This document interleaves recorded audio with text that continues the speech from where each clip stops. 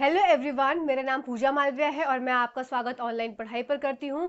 आज का ये सेशन भी हमारा मोस्ट इम्पॉर्टेंट सेशन है और ये सेशन है सीटेट 2024 एग्जाम को टारगेट करते हुए। तो इस सेशन से आप जुड़ना ना भूलिएगा और वीडियो को लास्ट तक देखिएगा, जिससे कि आपको समझ में आएगा। आपके मार्क्स अब सब ऐड होते जा रहे हैं, जिससे कि आप लास्ट में जब एग्जाम में बैठेंगे तो आपको सारी चीज़ें याद आ जाएंगी और आपके अच्छे मार्क्स आएंगे। तो चलिए आज का वीडियो स्टार्ट करते हैं। आज के वीडियो में खास बात यह है कि मेटल नॉन मेटल के चैप्टर से आपकी रिएक्टिविटी सीरीज से क्वेश्चन आता है। अगर मेटल नॉन मेटल से आ रहा है तो रिएक्टिविटी सीरीज जो है मोस्ट फेवरेट क्वेश्चंस में आ जाती है। तो रिएक्टिविटी सीरीज हम समझेंगे, साथ ही साथ लाइट के चैप्टर में जो मोस्ट इंपॉर्टेंट क्वेश्चंस हैं जो कि बार बार आते हैं उसको हम करेंगे। तो वीडियो को लास्ट तक देखिएगा। दूसरी बात, मैंने एक लास्ट वीडियो पोस्ट किया है जो कि न्यूमेरिकल्स को लेकर है। तो 15 न्यूमेरिकल्स उसमें मैंने सॉल्व कराए हैं। आप उस सेशन को अभी भी अगर आपने नहीं अटेंड किया है तो ज़रूर देखिएगा, आपको बहुत हेल्प मिलने वाली है। और साथ ही साथ आपकी जानकारी के लिए मैं बता दूं कि यहाँ पे आपकी क्लासेस अब आ रही हैं फिलहाल मंडे से लेकर सैटरडे तक, और ये आपकी क्लासेस मिलेंगी रोज़ सुबह 10 बजे, मतलब 10 बजे सुबह आपको 10 का डोज मिलेगा और ये आपका जब तक एग्ज़ाम नहीं हो जाता आपको मिलता ही मिलता रहेगा। तो ये सेशंस बहुत इंपॉर्टेंट है आपके लिए। अगर अभी भी आपने तैयारी नहीं करी है तो आपकी साइंस की तैयारी इस चैनल के माध्यम से हो जाएगी। बस आप अब वीडियोस को देखते रहिए और चैनल पे लगभग 10 से 15 वीडियोस पड़े हुए हैं, उनको जाकर ज़रूर स्क्रॉल कर लीजिएगा। और सबसे बड़ी बात, जिनकी अभी कुछ भी तैयारी नहीं है वो सबसे पहले चैनल पे विजिट करेंगे और चैनल पे समरी है, और ये समरी जो है वो NCERT की समरी है और NCERT कवर करी गई है 6th, 7th और 8th। कंप्लीट साइंस की NCERT कवर कर ली गई है। तो इस NCERT की समरी को देखना ना भूलें। आपकी बहुत ज़्यादा प्रिपरेशन का एक मतलब लेवल तो अप होगा ही होगा। चलिए आज का वीडियो स्टार्ट करते हैं। आज हम पढ़ने वाले हैं रिएक्टिविटी सीरीज सबसे पहले। और अगर आप चैनल पे नए हैं तो चैनल को सब्सक्राइब जरूर करिएगा, आपको हेल्प मिलेगी कहीं ना कहीं। चलिए, तो रिएक्टिविटी सीरीज से क्वेश्चन आता है तो उससे पहले हमें रिएक्टिविटी सीरीज जो है वो याद होनी चाहिए। तो रिएक्टिविटी सीरीज को याद करने का एक बहुत आसान तरीका है, निमोनिक्स है, जैसे कि के हो गया, Na हो गया। तो अब इसको हम याद कैसे रखेंगे? तो आपको याद रखना है कालू, फिर नाम, फिर का, फिर मदारी, फिर इसके बाद आलू, जरा, फीके, पकाता है। ठीक है, कालू, नाम, का, मदारी, आलू, जरा, फीके, पकाता है। अब इसमें के हो गया आपका, कालू से हो गया, का से के हो गया, नाम से हो गया, Na हो गया सोडियम पोटेशियम सोडियम, का से हो गया कैल्शियम, मदारी से हो गया मैग्नीशियम, आलू से हो गया एल्यूमिनियम, जरा से हो गया Zn जिंक, फीके से हो गया आयरन, पकाता से हो गया लेड Pb, H से हो गया हाइड्रोजन। इसके बाद नीचे आ जाएगा कॉपर, सिल्वर, गोल्ड, ये सब जो है वो आपके नीचे आते चले जाएंगे। ठीक है, तो आपको स्टार्टिंग के याद रखने बहुत ज़रूरी हैं जो मैंने आपको ये बताया। अब इसमें सबसे बड़ी बात है आपको याद रखने की, जो सबसे ऊपर है। तो जो सबसे ऊपर है इसका मतलब ये क्या है? ये आपका हाईली रिएक्टिव है। हाईली रिएक्टिव कौन सा? सबसे ऊपर वाला। और नीचे वाला क्या हो जाएगा? ये आपका हो जाएगा लीस्ट रिएक्टिव। ठीक है, तो रिएक्टिव में सबसे ऊपर सबसे पहले वाला, और फिर उससे रिएक्टिविटी सीरीज में इसकी रिएक्टिविटी जो है वो धीरे धीरे घटती चली जाती है। अब आपके एग्जाम में इसमें क्वेश्चंस किस तरह से आते हैं? आपके एग्जाम में पूछा जाता है, जैसे कि एक ये बीकर है मेरे पास और इस बीकर में मैंने क्या डाल दिया है? इस बीकर में प्रेजेंट है कॉपर सल्फेट सॉल्यूशन। इसको मैं ऊपर बताऊंगी तो आपको ज्यादा समझ में आएगा। इधर देख लेते हैं, ये एक बीकर है, इसमें क्या भरा है? इसमें भरा है कॉपर सल्फेट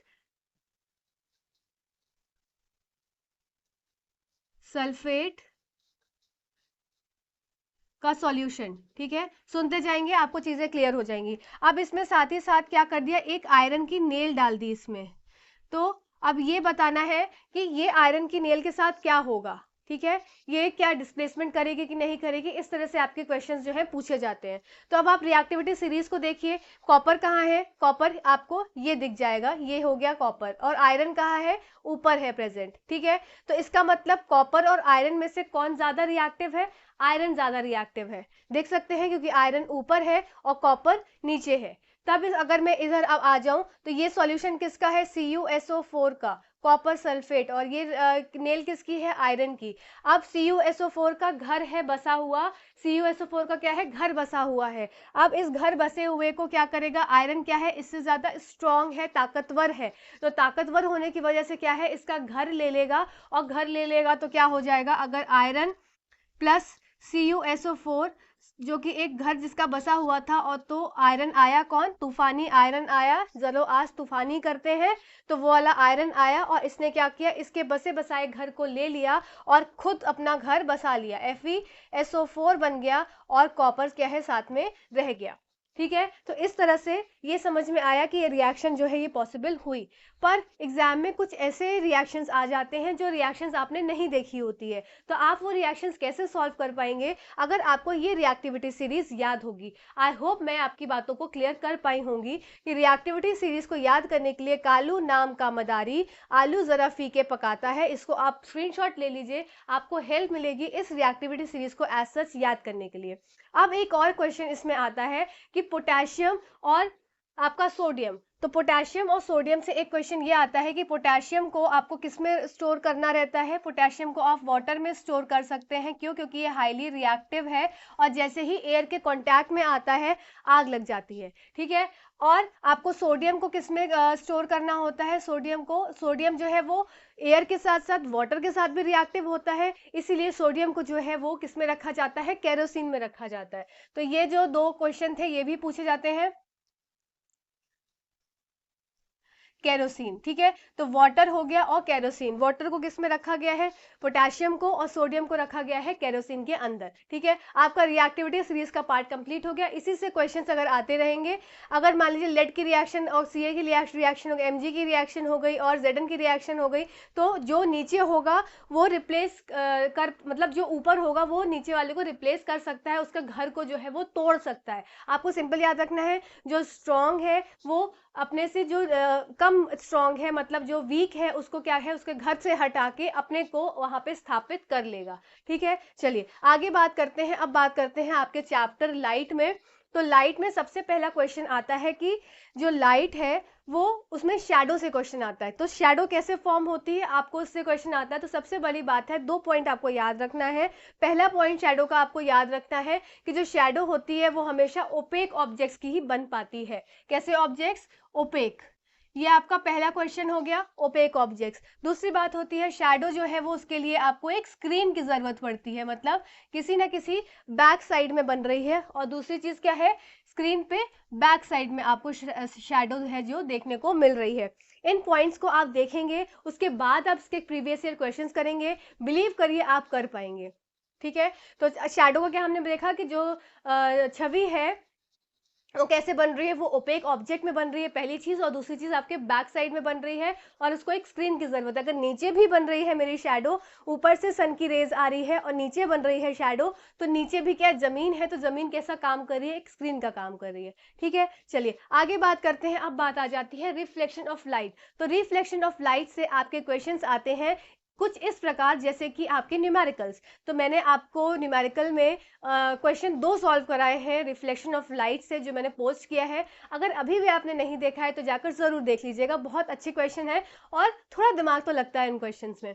ठीक है, तो रिफ्लेक्शन ऑफ लाइट से आपको angle I is equals to angle R से जो है क्वेश्चन एग्जाम में पूछे गए हैं। अब बात आ जाती है प्लेन मिरर। ये मोस्ट फेवरेट क्वेश्चन है किसका, सीटेट का, कि प्लेन मिरर की प्रॉपर्टीज आपसे पूछी जाती हैं।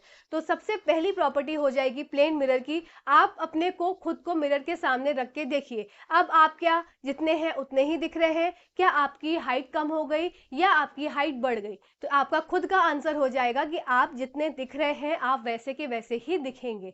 तो इसका मतलब कि आपका मिरर के जो इमेज बनी वो कैसी बनी, आपकी सेम साइज बनी। पॉइंट्स को नोट करते जाइएगा, आपको बहुत हेल्प मिलेगी। सेम साइज की आपकी क्या बन गई, इमेज बन गई। पहला पॉइंट इंपॉर्टेंट, ठीक है। दूसरी बात, अगर मैं खड़ी हूं, if I am standing before the mirror and I am standing, so what will be the result? क्या मैं उल्टी हो जाऊंगी इमेज में? नहीं, मैं भी खड़ी ही इमेज में देखूंगी अपने आप को। तो इसका मतलब क्या हुआ कि दूसरा पॉइंट जो हमारा इंपॉर्टेंट है कि जो इमेज बनी हमारी वो इरेक्ट बनी, मतलब सीधी खड़ी इमेज हमको देखने को मिली, ठीक है। अब तीसरी बात हम कर लेते हैं, थर्ड इंपॉर्टेंट पॉइंट, कि जो इमेज है ये स्क्रीन पर कभी भी प्राप्त नहीं की जा सकती। किसकी बात कर रहे हैं? समतल दर्पण की, ठीक है। समतल दर्पण में can't be obtained on screen, on screen, आपको स्क्रीन पे नहीं मिल सकती। इसका मतलब अब चौथा पॉइंट हमारा इससे निकल के आएगा कि हमें इमेज कैसी मिलेगी? हमको इमेज मिलेगी वर्चुअल, मतलब आभासी हमको मेरे इमेज जो है वो देखने को मिलेगी। पांचवा इंपॉर्टेंट पॉइंट कि आपने देखा होगा कि एम्बुलेंस का जो वर्ड है, जो अल्फाबेट्स है, वो हमेशा उल्टे लिखे रहते हैं। क्यों? क्योंकि आपके मिरर में आपको लिटरल इन्वर्जन एक प्रॉपर्टी देखने को मिलती है। सीधा हाथ उठाएंगे तो लेफ्ट हैंड दिखता है, लेफ्ट उठाएंगे तो राइट दिखता है। इसका मतलब कोई भी चीज उल्टी से सीधी हो जाती है। इससे क्या हो जाएगा? तो इसका मतलब एक प्रॉपर्टी होती है लेटरल इन्वर्जन, ये भी आपको प्लेन मिरर में देखने को मिलती है। तो ये कुछ 5 पॉइंट्स थे जो कि आपको 5 का पंचनामा में याद रखने हैं, किसके? समतल दर्पण के बारे में। अब आगे हम बात करते हैं हमारी मल्टीपल इमेजेस। इससे भी क्वेश्चन भर भर के आए हैं, तो ये जो चीजें मैं बता रही हूँ वो क्वेश्चंस रिपीटेड क्वेश्चंस है, इसलिए इस सेक्शन से जरूर जुड़िएगा। नेक्स्ट बात आती है हमारी मल्टीपल इमेजेस। उससे पहले मैं ये रब कर देती हूँ जल्दी से।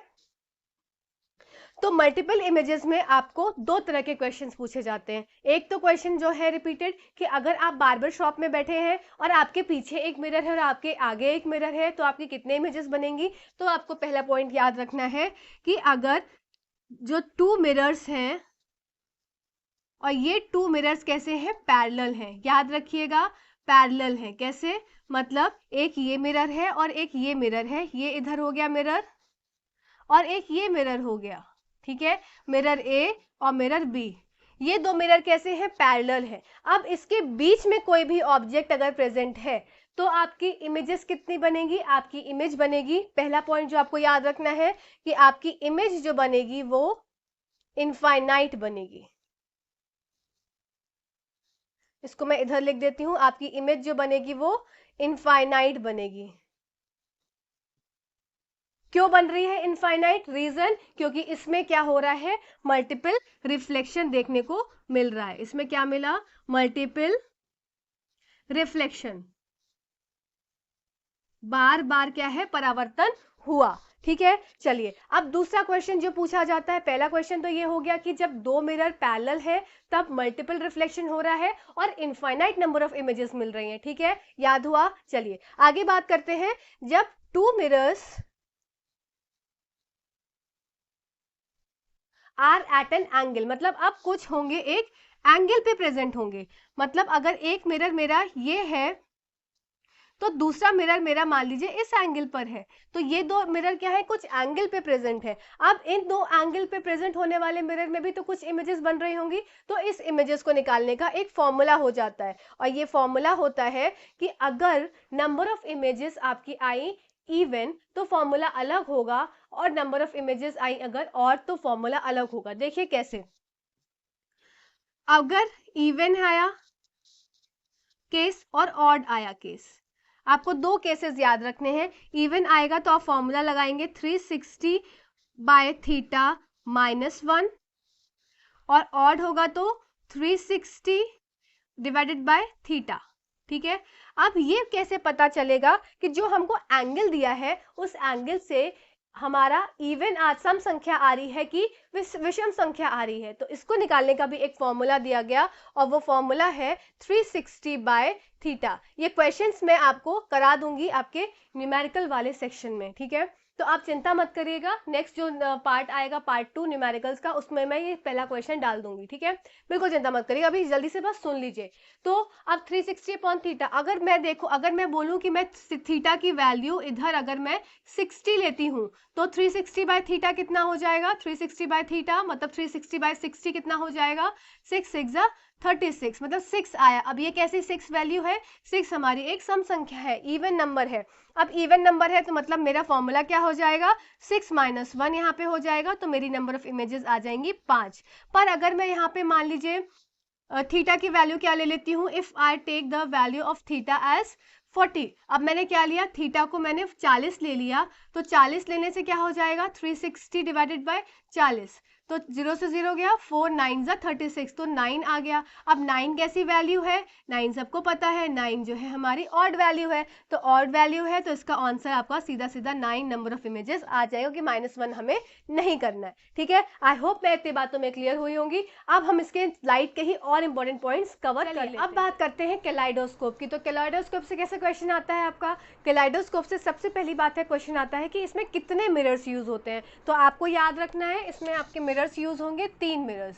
ठीक है, 3 जो है वो प्लेन मिरर्स आपके इसमें यूज होंगे। दूसरी बात है इसमें कौन सी प्रॉपर्टी होती है, मतलब क्या होता है, किस हिसाब से आपके जो पैटर्न्स हैं वो बनते हैं, आपका इसमें होता है मल्टीपल रिफ्लेक्शन। ठीक है, जो भी हमने पिछला पढ़ा मल्टीपल रिफ्लेक्शन बार्बर शॉप वाला, सेम चीज़ें इसमें भी होती है कैलाइडोस्कोप में। अब देखिए कैलाइडोस्कोप कैसा होता है, तो आपको इमेज आपने देखी होगी, कुछ इस तरीके से होता है, ऐसा होता है, और इसको मिरर्स जो है ट्राइंगल नुमा होते हैं, और एक तरफ क्या होता है, खूब कांच के टुकड़े इस तरह से पड़े होते हैं, और यहाँ से अगर देखा जाए ऑब्जर्वर देखता है तो उसको खूब सारे पैटर्न्स देखने को यहाँ मिलते हैं, क्योंकि यहाँ पे 3 मिरर्स जो है उसका कॉम्बिनेशन जो है एक ट्राइंगल सा स्ट्रक्चर फॉर्म कर लेता है कुछ इस तरीके से। ठीक है, ये बात सबको क्लियर हो गई होगी। ठीक है, अब इसके बाद देख लेते हैं हमारा पेरिस्कोप। तो पेरिस्कोप आपने देखा होगा किस तरीके से होता है। अगर मैं पेरिस्कोप को दिखाऊं तो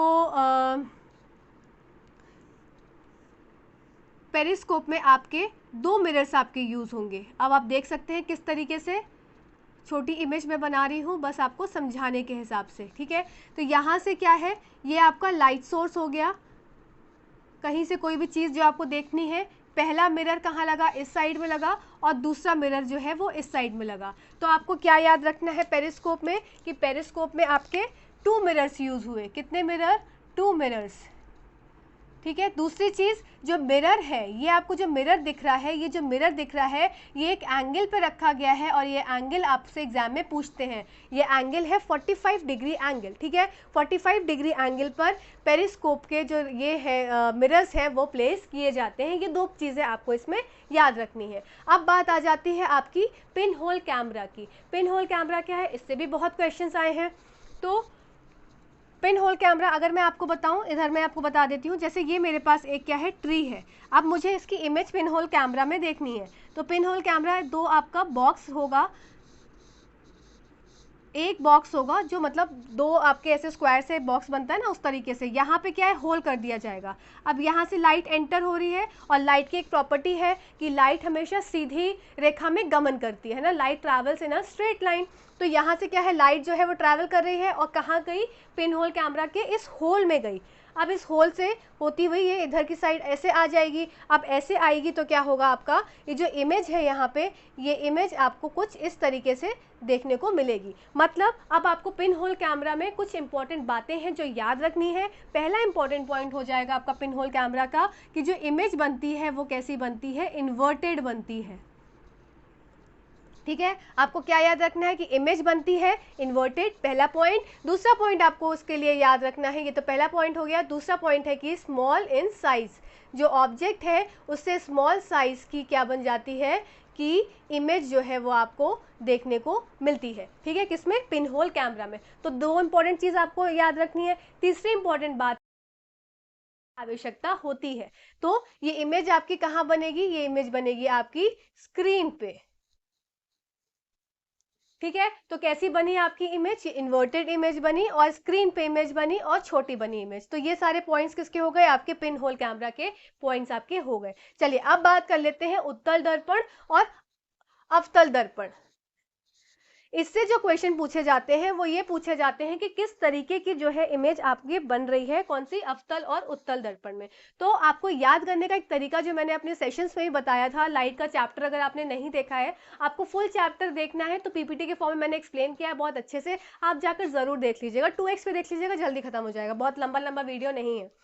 तो कॉन्केव मिरर में आपको सारी मतलब हर तरह की इमेज बनेगी। आपको बस ये याद रखना है कि कॉन्केव है, केव है, गुफा है, तो उस गुफा में मैं सारे तरह का सोना भी डाल सकती हूँ, हीरा भी डाल सकती हूँ, जवाहरात भी डाल सकती हूँ। मुझे जो चुरा के रखना है मैं सब रख सकती हूँ, मुझे जो खरीद के रखना है मैं वो रख सकती हूँ। दुनिया की सारी चीज मैं गुफा के अंदर डाल सकती हूँ।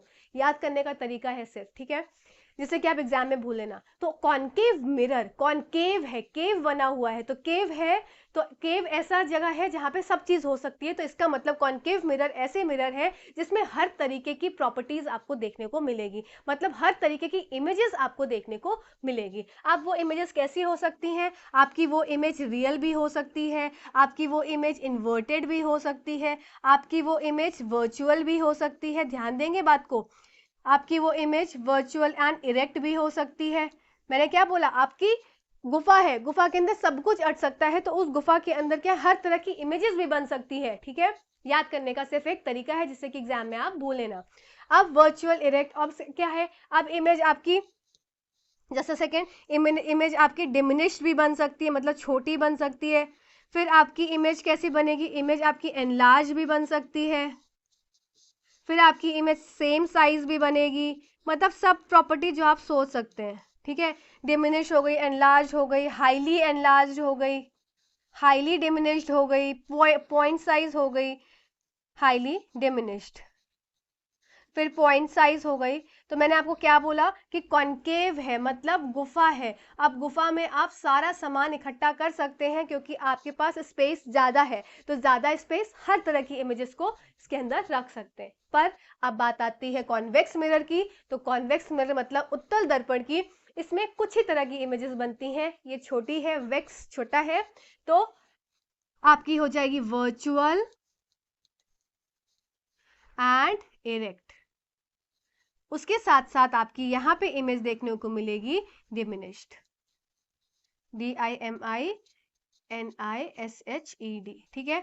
आपको क्या देखने को मिली? Virtual erect and diminished image आपको देखने को मिली, ठीक है। ये बात मेरे ख्याल से आपको क्लियर हो गई होगी।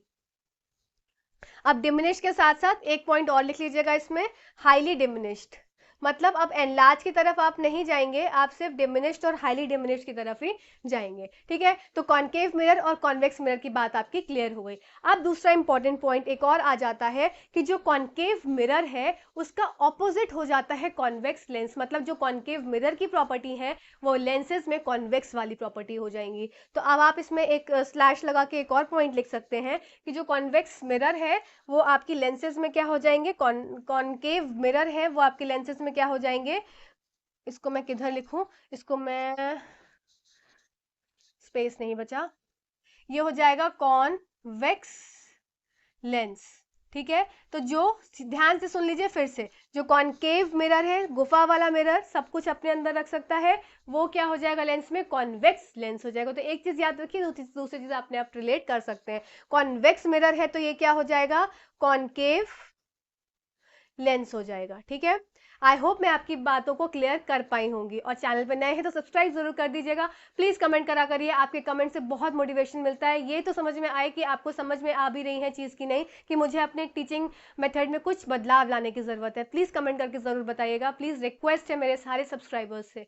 चलिए अब बात आ जाती है डिस्पर्शन ऑफ लाइट। तो डिस्पर्शन ऑफ लाइट, प्रकाश के फैलाव से भी कुछ तरीके के क्वेश्चन पूछे जाते हैं। तो सबसे पहली बात है कि हम जान लेते हैं प्रकाश का फैलाव क्या है। तो ये मेरे पास, अगर मैं बहुत छोटा सा इमेज बना रही हूँ क्योंकि स्पेस मेरे पास यहाँ कम है, इसलिए पीपीटी में ज़्यादा पढ़ाना पसंद करती हूँ। तो ये क्या है? ये यहाँ से व्हाइट लाइट गई, ये यहाँ पे रिफ्रैक्शन हुआ, और रिफ्रैक्शन के बाद ये 7 कलर्स में क्या है? बेंड हो गई, ठीक है। 7 कलर्स में बेंड हो गई, आपको पता है वेव बियोर करके ये आपका 7 कलर होता है। अब आपका जो ऊपर वाला आर है और नीचे वाला वी है, इन्हीं दोनों से आपको मतलब होना चाहिए, ठीक है। बाकी के कोई आपसे नहीं क्वेश्चन पूछता। तो ऊपर वाला आर और नीचे वाला वी, मतलब सबसे नीचे क्या है? वी है, ऊपर क्या है? आर है। क्वेश्चन आपके कैसे आते हैं? इसमें जो वेवलेंथ होती है, तो वेवलेंथ जो हो जाएगी आर की, मतलब मैक्सिमम की बात करूं तो वेवलेंथ मैक्सिमम किसकी हो जाएगी? रेड लाइट की हो जाएगी। वेवलेंथ मिनिमम किसकी हो जाएगी? वॉयलेट लाइट की। ये क्वेश्चन एग्जाम में पूछा जाता है, इसीलिए मैं आपको यहाँ पे बता रही हूँ, ठीक है। वेवलेंथ मैक्सिमम किसकी हुई, रेड की, और वेवलेंथ मिनिमम किसकी हो गई, वॉयलेट, मैक्सिमम वॉयलेट और मैक्सिमम रेड और मिनिमम वॉयलेट। दूसरी बात आपसे पूछी जाती है फ्रीक्वेंसी, तो फ्रीक्वेंसी जस्ट इसकी ऑपोजिट हो, QUENCY, फ्रीक्वेंसी जस्ट इसकी ऑपोजिट हो जाएगी, मैक्सिमम हो जाएगी किसकी, वॉयलेट की, और मिनिमम हो जाएगी आपकी किसकी, रेड की। ये 2 पॉइंट्स आपको इसमें याद रखने हैं। दूसरी इंपॉर्टेंट बात, तीसरी इंपॉर्टेंट बात इसके लिए कि जो रेड है ये लीस्ट बेंड हो रहा है और जो वॉयलेट है वो हाईली बेंड हो रहा है, ठीक है। इसलिए रेड लाइट की वेवलेंथ ज्यादा होने के कारण रेड लाइट्स को ट्रैफिक सिग्नल्स में यूज करते हैं, डेंजर के साइन में यूज करते हैं कि दूर से चमक जाता है, ठीक है। अब बात आ जाती है मायोपिया। मायोपिया मतलब नियर दृष्टि दोष, नियर साइटेडनेस जिसे बोलते हैं। तो मायोपिया मतलब आपको इसमें दूर की चीजें जो है वो नहीं दिखाई देती, दूर की चीजें नहीं दिखाई देती। क्यों? क्योंकि इसमें जो इमेज बनती है, ये याद रखेंगे, इमेज बनती है बिफोर रेटिना। हमारी इमेज बनती है ना रेटिना पे, तो इमेज यहाँ पे क्या बनेगी, बिफोर रेटिना। हाइपरमेट्रोपिया में क्या हो जाएगा, इमेज बनेगी आपकी आफ्टर रेटिना, रेटिना के बाहर चली जाएगी इमेज, ठीक है। तो आफ्टर रेटिना और मायोपिया में बिफोर रेटिना। अब इसको सुधारने के लिए कुछ लेंसेज लगाए जाते हैं। तो मायोपिया में आपको यूज आएगा कॉनकेव लेंस, याद रखेंगे, कॉनकेव लेंस। हाइपरमेट्रोपिया में हो जाएगा आपका कॉन्वेक्स लेंस, ठीक है। और हाइपरमेट्रोपिया क्या हो गया, फार साइटेडनेस, मायोपिया क्या हो गया, नियर साइटेडनेस। जैसे कि हमें दूर की चीज नहीं दिखाई दे रही है तो हमने उसका ऑपोजिट वर्ड यूज कर लिया, नियर साइटेडनेस, पास दृष्टि दोष। और हाइपरमेट्रोपिया मतलब फार वाला नहीं, पास वाला नहीं दिख रहा है प्रॉपर, दूर वाला साफ दिख रहा है। तो ये इसमें क्या है, ये आफ्टर रेटिना बन रही है। और ये कॉन्वेक्स मिरर लेंस का, इसमें मिरर नहीं, लेंस का इसमें यूज हो रहा है, ठीक है। अब बात कर लेते हैं यूजेस की, बस चैप्टर खत्म हो गया है हमारा यूजेस की। तो कॉन्वेक्स मिरर का आपको एग्जाम में बार बार यूज पूछा जाता है, तो आप बता देंगे कि जो आपका कार के पीछे या बस के पीछे जो लगा हुआ एक आपका जो रियर व्यू मिरर होता है, जिसको बोल देते हैं रियर व्यू मिरर, मतलब ऐसा मिरर जिसमें कि आपको पीछे से आने वाला कोई भी ऑब्जेक्ट पूरा दिखाई दे, चाहे एक विशाल ट्रक हो, चाहे विशाल हाथी हो, चाहे विशाल ट्रेन हो, आपको वो पूरी ट्रेन जो है उसमें एक छोटे से मिरर में नजर आए। तो आपके एग्जाम में क्वेश्चन आया था कि आपको एक पोल देखना है, आप कहीं से आ रहे हैं कार में, तो आपको कार में एक कार के मिरर में चाहते हैं कि आप एक पोल देख पाए जो पीछे दूर लगा हुआ है, तो आप कौन सा मिरर यूज करेंगे? तो आपका जवाब हो जाएगा, क्योंकि आपको कोई पूरी चीज देखनी है छोटे से मिरर में, तो आपको कॉन्वेक्स की बात आ जाएगी, ठीक है, कॉन्वेक्स लेंस। अब बात आ जाती है कॉनकेव मिरर की, sorry convex mirror, sorry lens नहीं मिरर, कॉन्वेकेव मिरर की आपकी बात आती है। तो कॉन्केव मिरर कहाँ कहाँ इस्तेमाल होता है, ये आपके डेंटिस्ट के यहाँ यूज होगा, ठीक है। फिर आप कहाँ, ये आपके हेडलैम्प्स में होगा, हेडलाइट्स, आपके टॉर्च में यूज होगा, साथ ही साथ सोलर कुकर। तो ये सारी जगह क्या यूज हो रहा है, कॉनकेव मिरर यूज हो रहा है। तो आपका चैप्टर लाइट का और आपका जो इंपॉर्टेंट मेटल नॉन मेटल से जो एक टॉपिक आता था उसको मैंने कवर किया है। आपको सेशन कैसा लगा आप जरूर कमेंट सेक्शन में बताइएगा। और जो न्यूमेरिकल की मैंने सीरीज चालू करी है, एक पार्ट मैंने डाला है, आपको नेक्स्ट पार्ट ऐसे 4 या 5 पार्ट मिलेंगे और आपके सारे न्यूमेरिकल्स में कवर करा दूंगी। साथ ही साथ जो हम ये कर रहे हैं वो तो कर ही रहे हैं, प्लस हम प्रीवियस ईयर क्वेश्चन का भी सेट लगाएंगे। तो हम बहुत कुछ करने वाले हैं इन 15 दिनों में। सेशन से जरूर जुड़िएगा, रोज 10 बजे आपको कुछ ना कुछ मिलता रहेगा। आप बस उस डोज को लेते रहिएगा और सीटेट को पार लगाइएगा। Thank you so much watching this video.